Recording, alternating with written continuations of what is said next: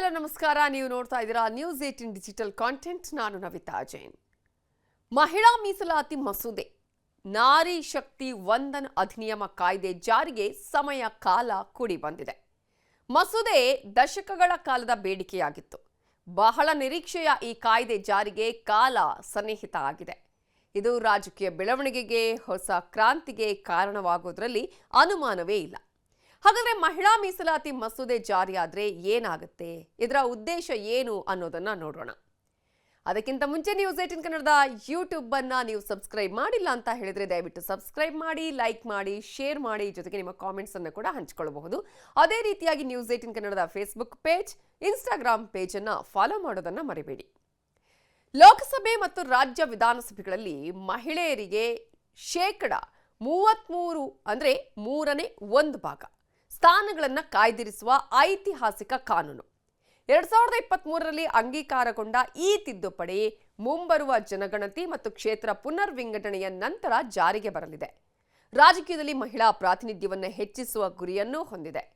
ನಾರಿ ಶಕ್ತಿ ವಂದನ ಕಾಯ್ದೆಯನ್ನ ಸೆಪ್ಟೆಂಬರ್ 2023ರಲ್ಲಿ ಸಂಸತ್ತು ಅಂಗೀಕರಿಸಿತ್ತು.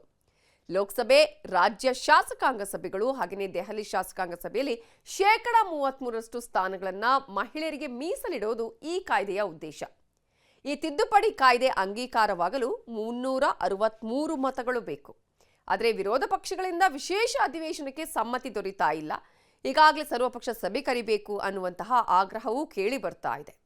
ಹಾಗಾದ್ರೆ ಈ ಮಹಿಳಾ ಮೀಸಲಾತಿ ಮಸೂದೆ ಇರುವ ಪ್ರಮುಖ ಅಂಶಗಳನ್ನು ನೋಡ್ತಾ ಹೋಗೋದಾದ್ರೆ, ಈಗಾಗಲೇ ಈ ಮಸೂದೆಯ ಹೆಸರು ಆಗಲೇ ಹೇಳಿದ ಹಾಗೆ ನಾರಿ ಶಕ್ತಿ ವಂದನ್ ಅಧಿನಿಯಮ ಅನ್ನೋದು ಸಂವಿಧಾನದ 106ನೇ ತಿದ್ದುಪಡಿ ಕಾಯ್ದೆಯೇ 2023. ಈಗ ಲೋಕಸಭೆ, ರಾಜ್ಯ ವಿಧಾನಸಭೆಗಳು ಮತ್ತು ದೆಹಲಿ ವಿಧಾನಸಭೆಯಲ್ಲಿ ಮಹಿಳೆಯರಿಗೆ 33% ಅಂದ್ರೆ 1/3 ಸ್ಥಾನಗಳು ಇದರಲ್ಲಿ ಮೀಸಲಾಗಿರುತ್ತೆ. ಈ ಮೀಸಲಾತಿಯು 15 ವರ್ಷಗಳ ಅವಧಿಗೆ ಜಾರಿಯಲ್ಲಿರುತ್ತೆ. ಜನಗಣತಿ ಮತ್ತು ಕ್ಷೇತ್ರ ಪುನರ್ವಿಂಗಡಣೆಯ ನಂತರ ಇದು ಜಾರಿಗೆ ಬರಲಿದೆ. ಇದು 2029ರ ವೇಳೆಗೆ ಜಾರಿಯಾಗುವ ಸಾಧ್ಯತೆ ಇದೆ. ಪರಿಶಿಷ್ಟ ಜಾತಿ ಮತ್ತು ಪರಿಶಿಷ್ಟ ಪಂಗಡಗಳಿಗೆ ಮೀಸಲಿಟ್ಟ ಸ್ಥಾನಗಳಲ್ಲೂ ಮಹಿಳೆಯರಿಗೆ 1/3 ಮೀಸಲಾತಿ ಇರುತ್ತೆ. ಸ್ಥಾನಗಳ ಹಂಚಿಕೆ ನೋಡೋದಾದ್ರೆ, ಮಹಿಳೆಯರಿಗೆ ಮೀಸಲಾದ ಸ್ಥಾನಗಳನ್ನ ಕ್ಷೇತ್ರ ಪುನರ್ವಿಂಗಡಣೆಯ ನಂತರ ಪ್ರತಿ ಹಂತದಲ್ಲೂ ಬದಲಾಯಿಸಲಾಗುತ್ತೆ. ಪಂಚಾಯತ್ ರಾಜ್ ಸಂಸ್ಥೆಗಳಲ್ಲೂ ಮೀಸಲಾತಿ ಇರುತ್ತೆ. ಭಾರತದ ಸಂವಿಧಾನದ ಆರ್ಟಿಕಲ್ 243D ಅಡಿಯಲ್ಲಿ 128ನೇ ಸಾಂವಿಧಾನಿಕ ತಿದ್ದುಪಡಿ ಮಸೂದೆ 2023 ಮತ್ತು 106ನೇ ತಿದ್ದುಪಡಿ ಕಾಯ್ದೆ 2023ರ ಅಡಿಯಲ್ಲಿ ಬರುತ್ತೆ. ಪಂಚಾಯತ್ ರಾಜ್ ಸಂಸ್ಥೆಗಳಲ್ಲಿ ಅಂದ್ರೆ ಗ್ರಾಮ ಪಂಚಾಯಿತಿ ಆಗಿರ್ಬೋದು, ತಾಲೂಕು ಪಂಚಾಯಿತಿ ಆಗಿರ್ಬೋದು, ಜಿಲ್ಲಾ ಪಂಚಾಯಿತಿಯಲ್ಲಿ ಮಹಿಳೆಯರಿಗೆ ಈಗಾಗಲೇ ಕನಿಷ್ಠ 1/3 ಮೀಸಲಾತಿ ಇದೆ. ಕರ್ನಾಟಕದಂತಹ ಅನೇಕ ರಾಜ್ಯಗಳಲ್ಲಿ ಈ ಮೀಸಲಾತಿ ಪ್ರಮಾಣವನ್ನು ಈಗಾಗಲೇ 50%ಕ್ಕೆ ಹೆಚ್ಚಿಸಲಾಗಿರೋದನ್ನು ಕೂಡ ನಾವಿಲ್ಲಿ ಗಮನಿಸಬೇಕಾಗತ್ತೆ. ಇದರ ಉದ್ದೇಶ ಏನಪ್ಪಾ ಅಂತ ಹೇಳಿದ್ರೆ, ಮಹಿಳಾ ಸಬಲೀಕರಣದ ವಿಚಾರ. ರಾಜಕೀಯ ನಿರ್ಧಾರ ತೆಗೆದುಕೊಳ್ಳುವಲ್ಲಿ ಮಹಿಳೆಯರ ಭಾಗವಹಿಸುವಿಕೆಯನ್ನ ಹೆಚ್ಚು ಮಾಡುವುದು, ಲಿಂಗ ಸಮಾನತೆಯನ್ನ ಮಾಡೋದು, ಸಂಸತ್ತು ಮತ್ತು ವಿಧಾನಸಭೆಗಳಲ್ಲಿ ಲಿಂಗ ಸಮಾನತೆಯನ್ನ ಹೆಚ್ಚು ಮಾಡೋದರ ಜೊತೆಗೆ ಅಸಮಾನತೆಯನ್ನ ಕಡಿಮೆ ಮಾಡೋದು ಅನ್ನೋದರ ಜೊತೆಗೆ ರಾಜಕೀಯ ವ್ಯವಸ್ಥೆಯಲ್ಲಿ ಮಹಿಳೆಯರಿಗೆ ಸಮಾನ ಅವಕಾಶವನ್ನ ಕಲ್ಪಿಸುವುದು ಕೂಡ ಇದರ ಒಂದು ಉದ್ದೇಶ. ಪ್ರಸ್ತುತ ಸರ್ಕಾರ ಇದನ್ನು ಜಾರಿಗೊಳಿಸುವ ಮೂಲಕ 21ನೇ ಶತಮಾನದ ಪ್ರಮುಖ ನಿರ್ಧಾರ ಅಂತ ಇದನ್ನ ಪ್ರಧಾನಿ ಈಗಾಗಲೇ ಕರೆದಿದ್ದಾರೆ.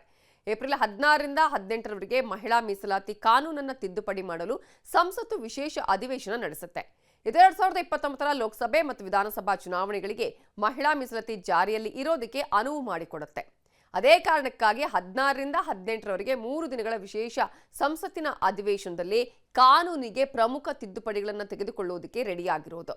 ಸಂಸತ್ನಲ್ಲಿ ನಾರಿ ಶಕ್ತಿ ವಂದನಾ ಅಧಿನಿಯಮಕ್ಕೆ ಸಂಬಂಧಪಟ್ಟ ಹಾಗೆ ಐತಿಹಾಸಿಕ ಚರ್ಚೆ ಕೂಡ ನಡೆಯುತ್ತೆ.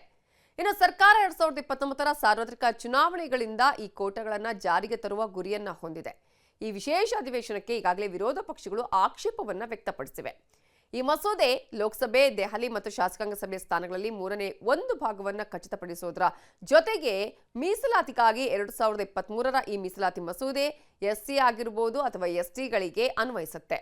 ಹಾಗಾದ್ರೆ ಈ ಮಸೂದೆ ಅಂದ್ರೆ ಏನು ಅಂತ ನೋಡೋದಾದ್ರೆ, ಈಗಾಗಲೇ ನಾನು ಹೇಳಿದ ಹಾಗೆ 3 ದಿನಗಳ ಅಧಿವೇಶನದಲ್ಲಿ 2027ರ ಜನಗಣತಿ ಪೂರ್ಣಗೊಳ್ಳುವ ಮೊದಲು ಲೋಕಸಭೆ ಮತ್ತು ರಾಜ್ಯ ವಿಧಾನಸಭೆಗಳಲ್ಲಿ ಮಹಿಳೆಯರಿಗೆ 33% ಮೀಸಲಾತಿಯನ್ನು ಕೊಡುವ ಈ ಕಾನೂನಿಗೆ ತಿದ್ದುಪಡಿಯನ್ನ ಅಂಗೀಕರಿಸುವ ಗುರಿಯನ್ನ ಮೋದಿ ಸರ್ಕಾರ ಹೊಂದಿದೆ.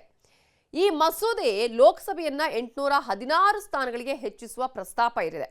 ಅದರಲ್ಲಿ 273 ಸ್ಥಾನಗಳನ್ನ ಮಹಿಳೆಯರಿಗೆ ಮೀಸಲಿಡಲಾಗುತ್ತೆ. ಈ ಮಸೂದೆ ಅಂಗೀಕಾರ ಆದರೆ ಈ ಮೀಸಲಾತಿಯನ್ನ ಜಾರಿಗೆ ತರುವ ಮೊದಲ ಚುನಾವಣೆಗಳು ಯಾವ್ಯಾವ ರಾಜ್ಯಗಳಲ್ಲಿ ನಡೆಯುತ್ತೆ ಅಂತ ಹೇಳಿದ್ರೆ ಉತ್ತರ ಪ್ರದೇಶ, ಪಂಜಾಬ್, ಗುಜರಾತ್ ಮತ್ತು ಉತ್ತರಾಖಂಡದಲ್ಲಿ.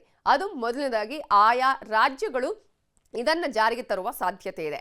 ಸಾಂವಿಧಾನಿಕ ತಿದ್ದುಪಡಿಯಾಗಿರುವ ಈ ಮಸೂದೆಯನ್ನು ಅಂಗೀಕರಿಸಲು ವಿಶೇಷ ಬಹುಮತದ ಅಗತ್ಯ ಇದೆ. ಇದರಲ್ಲಿ ಸದನದ ಒಟ್ಟು ಸದಸ್ಯರ ಬಹುಮತ ಮತ್ತು ಹಾಜರಿರುವ ಮತ್ತು ಮತ ಚಲಾಯಿಸುವ 2/3 ಸದಸ್ಯರ ಬಹುಮತವೂ ಸೇರಿದೆ. ಪ್ರಧಾನಿ ನರೇಂದ್ರ ಮೋದಿ ಅವರು ಮೀಸಲಾತಿ ಕೋಟಾ ಅನುಷ್ಠಾನಕ್ಕಾಗಿ ರಾಜಕೀಯ ಪಕ್ಷಗಳ ಬೆಂಬಲವನ್ನು ಕೂಡ ಕೋರಿದ್ದಾರೆ. ಆದರೆ ಏಪ್ರಿಲ್ 29ರ ನಂತರ ಸರ್ವಪಕ್ಷ ಸಭೆ ನಡೆಸಬೇಕು. ಆ ಕಾರಣಕ್ಕಾಗಿಯೇ ವಿರೋಧ ಪಕ್ಷದ ಬೇಡಿಕೆಯನ್ನ ಕೂಡ ಈಗಾಗಲೇ ಖರ್ಗೆ ಅವರು ಪುನರುಚ್ಚರಿಸಿದ್ದಾರೆ. ನಾವು ಈಗಾಗಲೇ ಆ ಮೀಟಿಂಗ್ ಏನು ಕರೆದಿದ್ದರು ಅದರ ಬಗ್ಗೆ ಅವ್ರೇನು ಲೆಟರ್ ಬರೆದಿದ್ರು, ಕಿರಣ್ ರಿಜಿಜು ಅವರಾಗ್ಲಿ ಪ್ರೈಮ್ ಮಿನಿಸ್ಟರ್ನು ನನಗೆ ಬರೆದಿದ್ರು. ನಾನು ಈಗಾಗಲೇ ಅದಕ್ಕೆ ಉತ್ತರ ಕೊಟ್ಟಿದ್ದೇನೆ ಮತ್ತು ಎಲ್ಲ ಪಕ್ಷದವರಿಗೆ ಕರೆದು ಅವರು ಮಾತಾಡಿಸಿದ್ರೆ ನಾವು ಅದರಲ್ಲಿ ಭಾಗಿಯಾಗಿ ಸಲಹೆಗಳು ಕೊಡಬಹುದು. ಆದರೆ ಅವರೆಲ್ಲ ಪಕ್ಷದವರಿಗೆ ಕರ್ಸಕ್ಕೆ ಒಟ್ಟಿಗೆ ತಯಾರಿಲ್ಲ.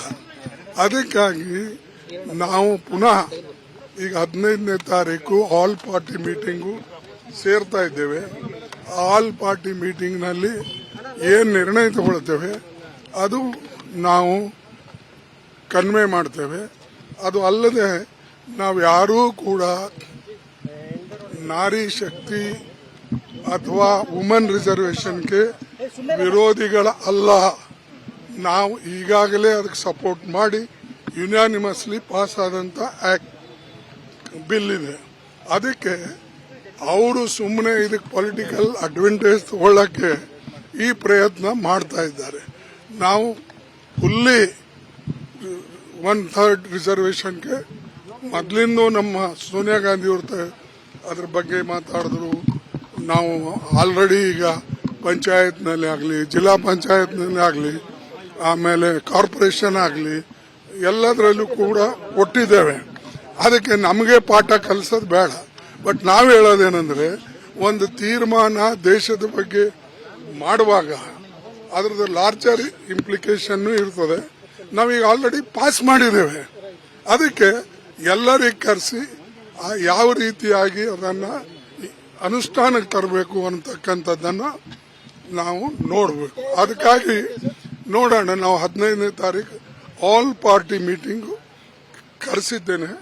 ನಾವೆಲ್ಲರೂ ಕುಂತು ಮಾತಾಡ್ತೀವಿ. ಈ ಮೂಲಕ ವಿರೋಧ ಪಕ್ಷಗಳು ಹೇಳ್ತಾ ಇವೆ, ನಮ್ದು ಯಾವುದೇ ರೀತಿಯ ವಿರೋಧ ಇಲ್ಲ, ನಾವೇ ಇದನ್ನ ಅಂಗೀಕಾರ ಮಾಡೋದಕ್ಕೆ ಅವಕಾಶವನ್ನ ಮಾಡಿಕೊಟ್ಟಿದ್ದು, ಆದ್ರೆ ಸರ್ವಪಕ್ಷ ಸಭೆ ಕರಿಬೇಕು ಅನ್ನುವ ವಿಚಾರವನ್ನ ಹೇಳ್ತಾ ಇವೆ. ಒಟ್ಟಾರೆಯಾಗಿ ಈ ಒಂದು ಮಸೂದೆ ಅಂಗೀಕಾರ ಆದ್ರೆ ಸಾಕಷ್ಟು ಬದಲಾವಣೆಗಳು ಕೂಡ ಆಗೋದನ್ನ ನಾವಿಲ್ಲಿ ಗಮನಿಸಬಹುದು. ಇದು ಬಹಳ ನಿರೀಕ್ಷೆಯ, ಬಹಳ ಅಗತ್ಯವಾದ ಮಸೂದೆ ಅನ್ನೋದನ್ನ ನಾವಿಲ್ಲಿ ಗಮನಿಸಬೇಕಾಗತ್ತೆ. ಇದುವೇ ಹೊತ್ತಿನ news 18 digital content. Thank you.